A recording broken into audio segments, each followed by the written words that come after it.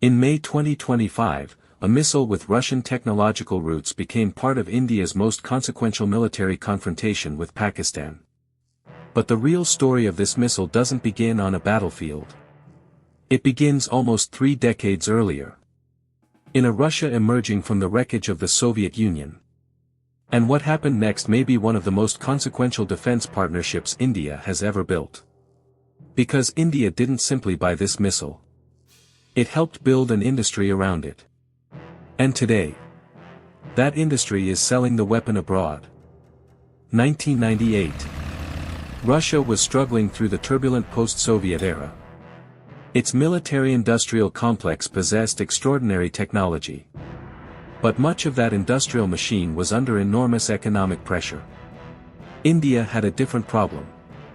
It needed advanced weapons. But India also wanted something more valuable than another shipment of imported hardware. Technology, expertise, and the ability to manufacture. The opportunity was obvious. Russia had missile technology. India had an expanding scientific and engineering base. So the two countries made an unusual deal. Not simply, we'll sell you missiles. But, let's build a company together.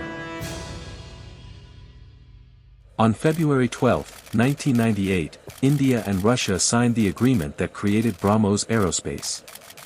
India's DRDO partnered with Russia's NPO Mashinostroyenia. And the name itself became symbolic. Brahmaputra. Moskva. BrahMos. 2 rivers. 2 countries. 1 missile. But there was something much more important hidden inside the agreement.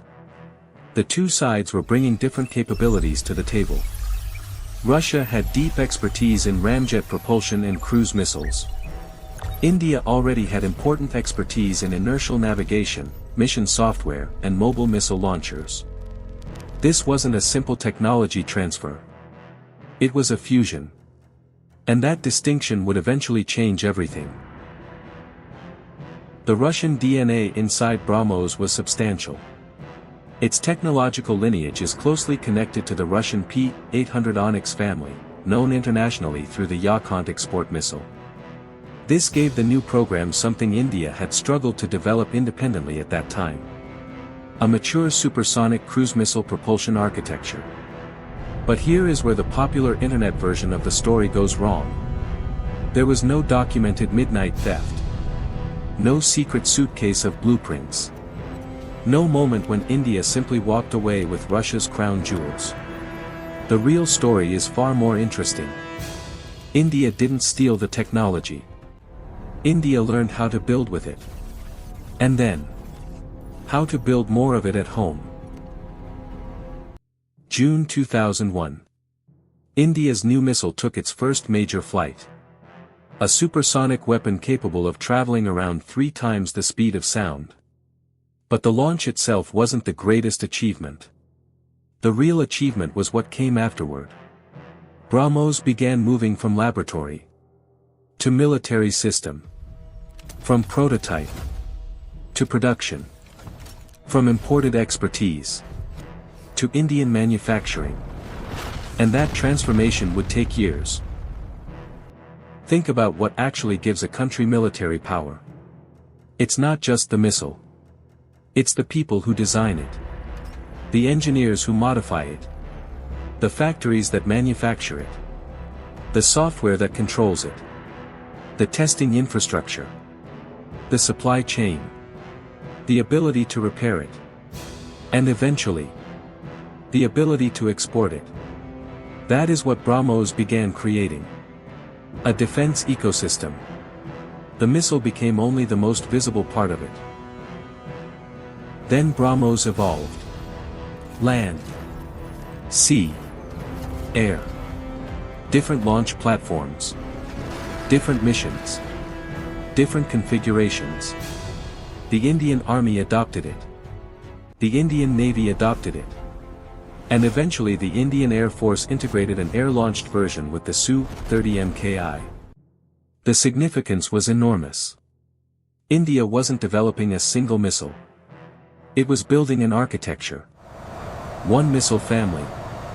Across 3 military services. And that gave BrahMos something many defense programs never achieve. Scale. Then came the moment that changed the business. January 2022. The Philippines signed a roughly $375 million contract for BrahMos shore-based anti-ship missile systems. It was BrahMos' first export customer. And India's defense export story suddenly had a new symbol. A weapon developed through an Indian-Russian partnership was now being sold by India to another country. This wasn't just a weapons sale. It was geopolitical messaging. The Philippines sits on the front line of the South China Sea. And a supersonic anti-ship missile gives a relatively smaller military something extremely valuable. Deterrence. Then the story moved deeper into Southeast Asia. Indonesia had been negotiating for BrahMos for years. And in 2026, the deal finally moved from negotiations to reality. Indonesia entered an agreement to procure BrahMos, the second Southeast Asian country after the Philippines to join the BrahMos customer list. And suddenly, the map looked different. India wasn't simply exporting weapons. It was becoming part of the Indo-Pacific Strategic Weapons Network. Then came May 2025. Operation Sindoor. India and Pakistan entered their most serious military confrontation in years. And BrahMos became part of the story. Indian strikes targeted Pakistani military infrastructure. Later, Pakistan's retired Air Marshal Masood Akhtar publicly described an attack on Bellary Air Base and said BrahMos missiles had struck the facility. His account became one of the most striking pieces of testimony surrounding the conflict. But there is an important caveat. His statement is testimony. It should not be presented as independent proof of every detail. And that distinction matters. Because in wartime, information itself becomes a weapon. And now comes the irony. The technology behind BrahMos has deep Russian roots. The propulsion lineage runs through the Russian Onyx family. The original program was built with Russian expertise. Russia still owns 49.5% of BrahMos Aerospace. India owns the other 50.5%. So this wasn't a Russian loss. And it wasn't an Indian theft. It was something much more strategically interesting. A partnership that allowed India to absorb technology, develop its own engineering ecosystem, manufacture at home, upgrade the weapon, and eventually export it. So if you want to call the BrahMos story a heist, there is only one thing India really stole. Not a blueprint. Not a missile. Not Russian secrets. It stole something far more difficult to acquire. Time. Time to learn. Time to manufacture. Time to make mistakes. Time to build suppliers. Time to develop engineers. Time to turn foreign expertise into domestic capability. And after 28 years, the result is visible. A missile born from an Indo-Russian partnership. Manufactured through an expanding Indian industrial ecosystem. Combat proven in a real conflict. And now being exported across the Indo-Pacific. The most important thing India received in 1998 wasn't a missile. It was a starting point. Because countries don't become defense powers by simply buying weapons. They become defense powers when they learn to design them, build them, improve them, and eventually convince someone else to buy them. Russia helped India start the journey. 28 years later, India is selling the result.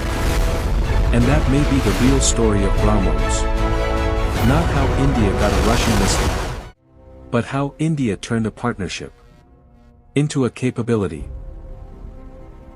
And then into a business.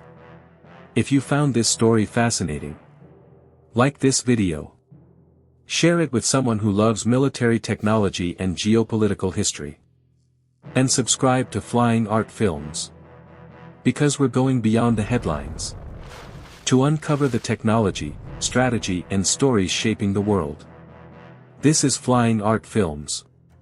Where history meets technology. And every story has another layer.